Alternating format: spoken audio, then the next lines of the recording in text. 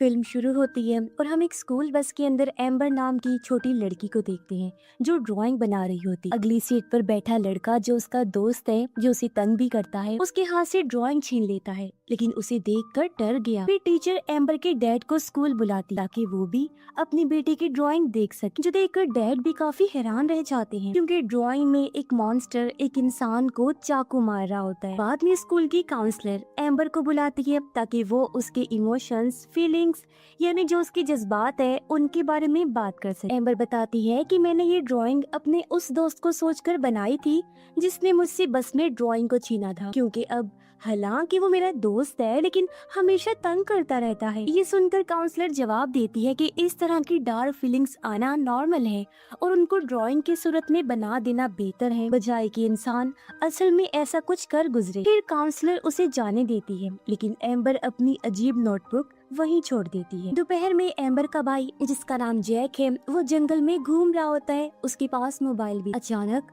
वो लड़खड़ा कर नीचे गिर गया जिससे उसका फोन तालाब में गिर जाता है। जैक किसी तरह उठकर मोबाइल निकाल लेता है लेकिन स्क्रीन टूट चुकी। वो वापस जाने का फैसला करता है, लेकिन कुछ ही लम्हों बाद देखता है कि मोबाइल बिल्कुल ठीक हो चुका है, जो देख वो काफी हैरान रह गया। फिर शाम को ये फैमिली मिलकर पिज्जा एंजॉय कर रही थी, जिस बीच हम जान पाते हैं कि उनकी मॉम की मौत हो गई। अब जैक अपनी बहन एम्बर को तंग करता है जिस वजह से वो जैक की प्लेट को तोड़ देती है। इससे जैक को गुस्सा आया और वो उठकर वहाँ से चला जाता है। फिर रात को एम्बर अपनी नई नोटबुक में बहुत ही दिलचस्पी से ड्राइंग बना रही। अगली सुबह जब वो बस में बैठती है तो उसे याद आया कि नोटबुक तो कमरे में रह गई है। वो अपने डैड को बुलाकर कहती है, पापा कि मेरी नोटबुक कमरे में रह गई है तो जरा लेकर आ जाइए। लेकिन वो कहते हैं कि आज छोड़ दो बेटा, कल ले लेना। तब एम्बर मान गई, लेकिन उनसे वादा करती है कि वो नोटबुक को देखेंगे नहीं। घर के अंदर डैड देख लेते हैं कि एम्बर ने अपनी नोटबुक में क्या बनाया। तभी यहाँ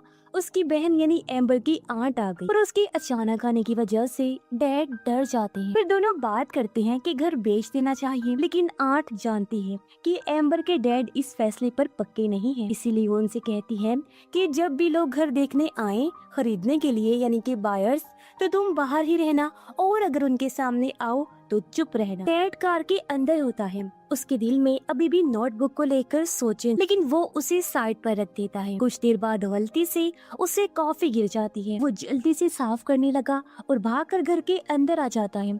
उसे परेशान देखकर उसकी बहन काफी हैरान रह गई। डैड को वहाँ अपनी मरी हुई वाइफ की चीजों में से एक ड्रायर मिल जाता है, यानी चीजें सुखाने वाला। डैड उन चीजों को देखते हुए अपनी वाइफ की राख और हड्डियों तक पहुंच जाते हैं, जिसे इंसान के मरने के बाद खास बर्तन में रखा जाता है। फिर जब वो नोटबुक ड्रायर से सुखा रहे होते हैं तो गलती से वो नीचे गिर जाती है और इस दफा उसकी सारी ड्राइंग स्केचेस वो देख लेते हैं। एम्बर घर वापस आती है, स्कूल में फिर से मसला खड़ा करके उसने अपने हाथों पर ड्राइंग टेंटिकल्स बनाए हुए थे। डैड उसे सख्ती से ऑर्डर देते हैं कि तुम अपना सारा ड्राइंग का सामान किसी को दे दो। एम्बर समझ जाती है कि डैड ने मेरी सारी ड्राइंग्स और स्केचेस को देख लिया है, इसलिए गुस्से में वो कलर्स फेंक देती है और खुद को कमरे में बंद कर ले। इसी दरमियान जैक डस्टबिन से टूटा हुआ प्लेट ढूंढकर जंगल की तरफ चला जाता है। डैड फिर एम्बर को देखने कमरे में जाते हैं जहाँ उसने अजीब कीड़े मकोड़े दीवार पर ड्रॉ किए हुए थे जो उसका सामान चुराते हैं, जैसे मोबाइल फोन, कॉफी मग और फिर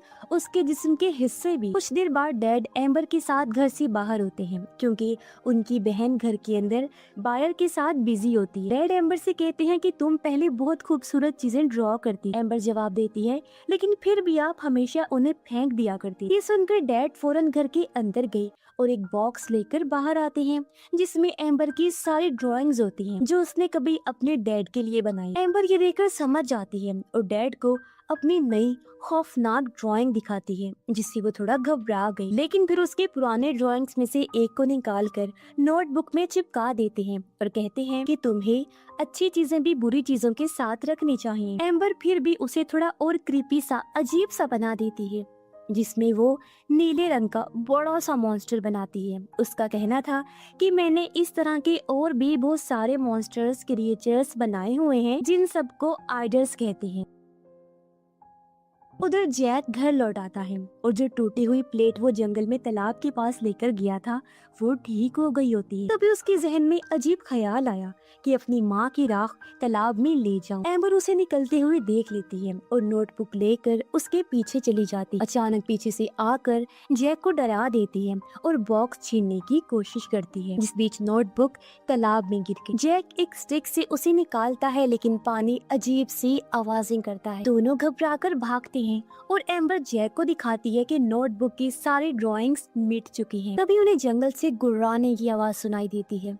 तब जैक एम्बर को कहता है कि इस बारे में डैड को कुछ मत बताना प्लीज, और खुद भाग जाता। सुबह एक शॉपकीपर अपनी शॉप में आई और देखती है कि सारी ड्राइंग की बुक्स और कलर्स इधर उधर फैले हुए हैं। उसका कोवर्कर भी यहाँ था जो पुलिस को कॉल करने लगता है, लेकिन तभी पीछे से कुछ अजीब सी चीज आ जाती है जिसे देखकर फीमेल शॉपकीपर वहाँ से भाग गई और जब लड़के ने उसे देखा वो भी फौरन डरते हुए भाग जाता। ये दरअसल एक क्रिएचर था जो टेबल पर पड़ी हुडी को उठाकर खुद पहन लेता है। घर पर डैड जैक को नींद से उठाने लगे लेकिन वो पहले ही जागा हुआ था और थोड़ा घबराया भी हुआ। तभी डैड को पता चला कि एम्बर अलमारी के अंदर सोती रही। एम्बर बताती है कि पूरी रात कोई खिड़की पर टैप टैप करता रहा। डैड चेक करते हैं तो शीशे पर जगह जगह पीले रंग की कोई चीज लगी हुई थी। डैड सोचते हैं कि जरूर परिंदे ने कुछ किया होगा और इग्नोर कर देते हैं। जैक फिर एम्बर से कहता है कि मैं तुम्हें सब कुछ बताऊंगा लेकिन तुम्हें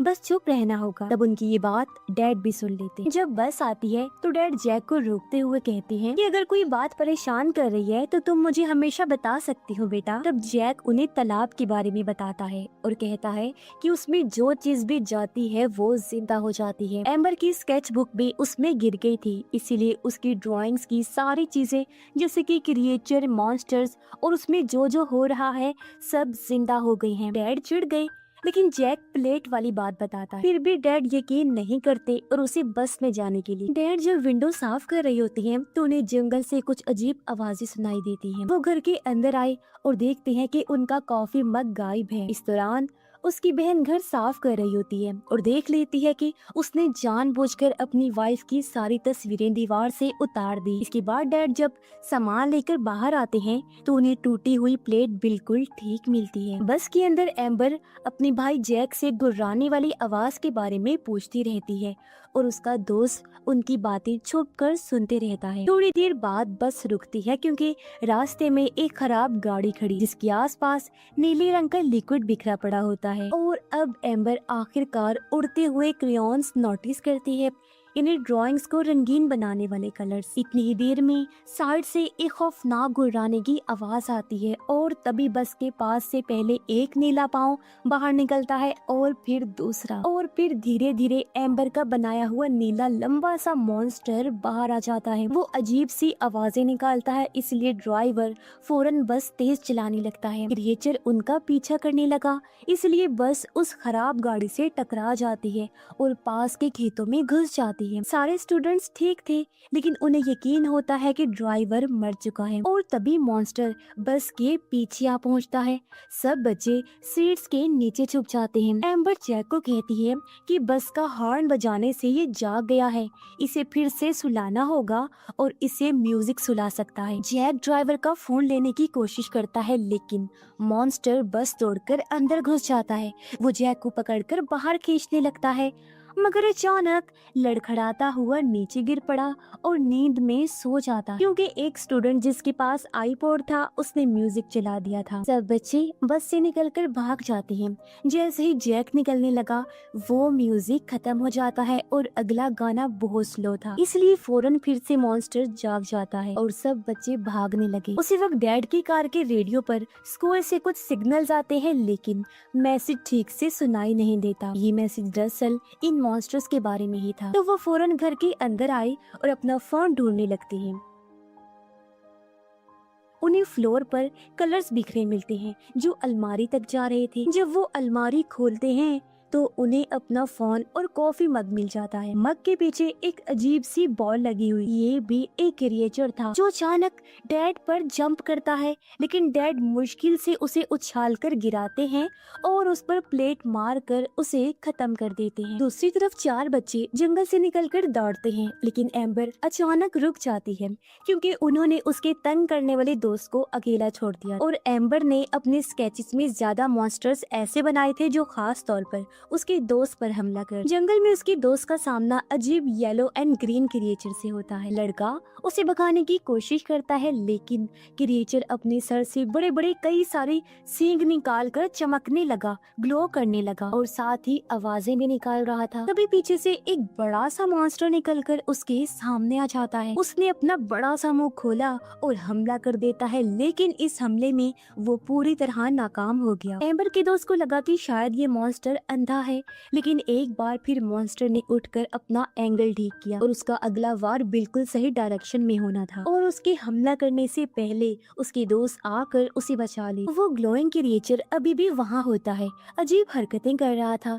जैक उसे उठाता है और तालाब भी धो देता है, जिससे वो पूरी तरह खत्म हो गया। ये होते ही वो बड़ा वाला मॉन्स्टर भी खुद ही वहाँ से जाने लगता है, क्योंकि एम्बर ने इन दोनों को एक साथ बनाया था। अगर एक नहीं रहा तो दूसरा भी कुछ नहीं। डैड और उनकी बहन भी उस जगह पहुँचे जहाँ एक्सीडेंट हुआ था। उन्हें पता चला कि ड्राइवर और बाकी बच्चे तो सही हैं, लेकिन जैक, एम्बर और उसका दोस्त गायब है। वो दोनों सोचते हैं कि शायद वो घर गए होंगे, इसीलिए वो भी घर की तरफ निकल पड़े। अब हुडी वाला मॉन्स्टर भी तालाब तक पहुंच जाता है, जहां उसके पास ड्राइंग का सारा सामान भी था और अब वो खुद वहां बैठकर स्केचिंग करना शुरू कर देता है। रास्ते में डैड अपनी बहन को इन मॉन्स्टर्स यानी आइडल्स के बारे में बताते हैं, जैसा उनको एम्बर ने बताया था, लेकिन उनकी बहन का जाहिर है इस बात पर यकीन करना थोड़ा मुश्किल था। तभी रोड के बीच में एक बिल्ली अचानक से उनकी गाड़ी के सामने आ जाती है, इसीलिए डैड ने गाड़ी को रोक दिया। वो जब उतर कर देखते हैं तो गाड़ी के नीचे कलर बिखरा पड़ा था। तभी वो एम्बर के ड्रॉ की हुई बिल्ली को भी देखते हैं, जो उनकी गाड़ी के ऊपर बैठी हुई। डैड की बहन को लगा कि ये नॉर्मल बिल्ली है, तो उसे पेट समझकर हाथ लगाने वाली होती है, पर अचानक बिल्ली उस फॉर्म में आ जाती है जिसमें उसको ड्रॉ किया गया था। वो अपने बड़े बड़े रंगीन पंख निकाल कर उनके ऊपर भी कलर फेंक देती है, फिर चुपचाप साइड में जाकर बैठ जाती है।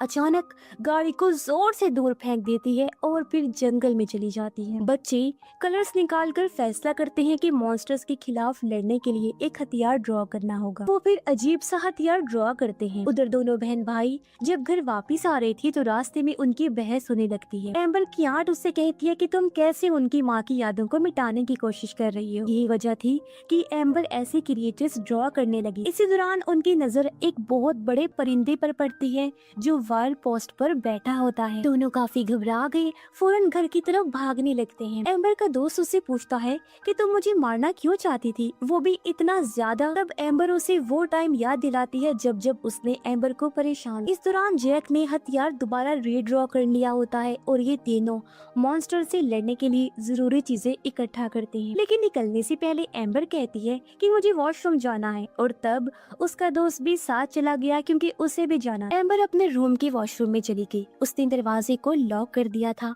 उसका दोस्त बार बार उसके डोर पर नॉक करता है।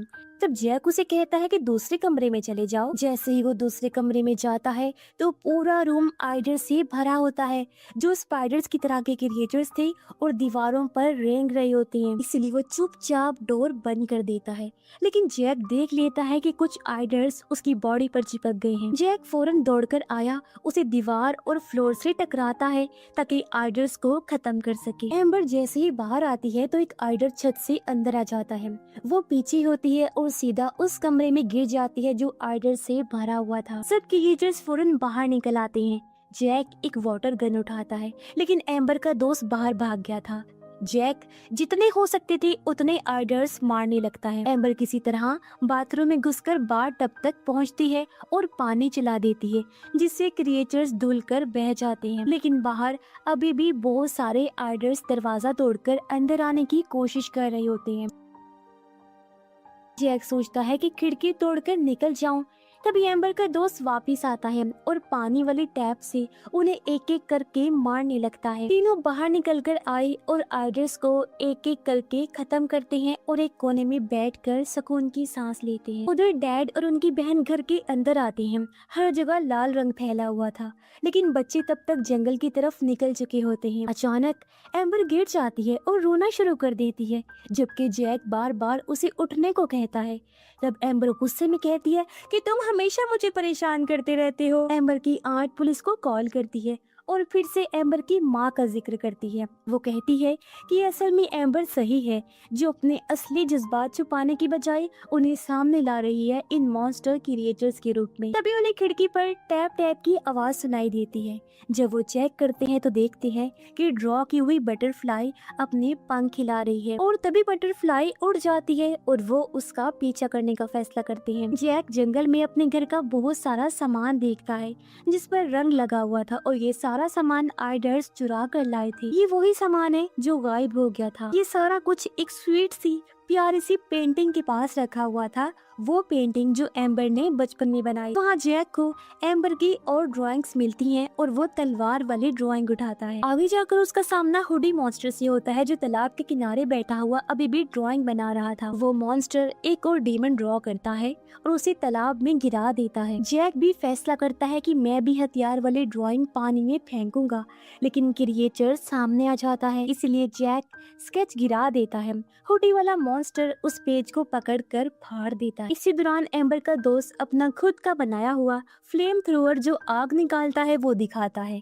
वो फैसला करते हैं कि मॉन्स्टर को तालाब से दूर ले जाएंगे और एम्बर का दोस्त उसका ध्यान भटकाने की कोशिश करता है। वो मॉन्स्टर पर हमला करने ही वाला था कि तभी अचानक और भी क्रीपी स्केचेस वाले मॉन्स्टर जिंदा होकर सामने आ जाते हैं। जब उसे वहाँ से भागना पड़ता है, वो एक टेंट के अंदर छुप जाता है। जो मॉन्स्टर एम्बर और जैक पर अटैक करता है तो जैक फ्लेम थ्रोअर चला देता है, लेकिन आइडर्स टेंट के अंदर घुस जाते हैं, हंगामा मचा देते हैं और मॉन्स्टर्स को अलर्ट कर देते हैं। बड़ा मॉन्स्टर टेंट को खींचकर दूर फेंक देता है। वो एम्बर के दोस्त पर अटैक करने ही वाला होता है, तभी डैड और उसकी बहन वहाँ पहुंचकर उस क्रिएचर को मार देते हैं और इस तरह एम्बर के दोस्त की जान बच जाती है। जैक मॉन्स्टर को रोके हुए था, जबकि एम्बर कुछ ऐसा ड्रॉ करने लगती है जिससे उनका बचाव हो सके, लेकिन इस दफा पेन काम ही नहीं करता। मॉन्स्टर जैक पर काबू पा लेता है और अपनी लंबी जुबान से उसका गला घोटने की कोशिश करता है। तब एम्बर दिमाग लगाकर अपने टेंटिकल्स को जिंदा कर लेती है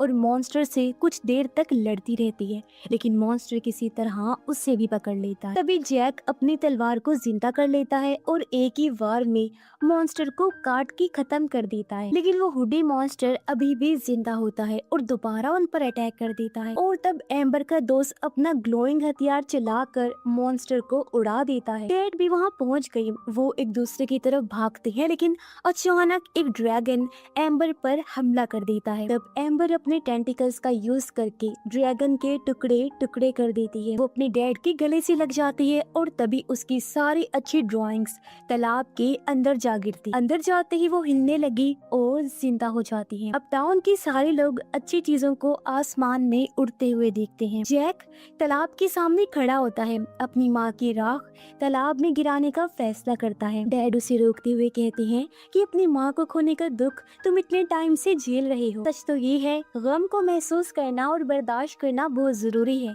इससे इंसान बहादुर बनता है। मगर जैक ने बॉक्स तोड़ दिया था, जिससे राख और हड्डियां पानी में गिर चुकी होती हैं। मगर जब कुछ नहीं हुआ तो डैड उसे गले लगाकर कहते हैं, इट्स ओके बेटा, टेंशन न लो, रिलैक्स रहो, मैं हूँ ना, मैं तुम्हारा बाप भी हूँ और माँ। एम्बर भी उन दोनों के साथ शामिल हो जाती है, अपने टेंटिकल्स फैलाकर उनको कवर कर लेती है। फिर हम कुछ टाइम की बात का सीन देखते हैं, जहाँ वो लोग अपने घर पर थे और अपनी नॉर्मल जिंदगी दोबारा शुरू करते। टाउन भी धीरे धीरे नॉर्मल हो जाता है, जैसे कुछ हुआ ही ना हो। और इसी के साथ ये फिल्म इधर ही खत्म हो जाती है।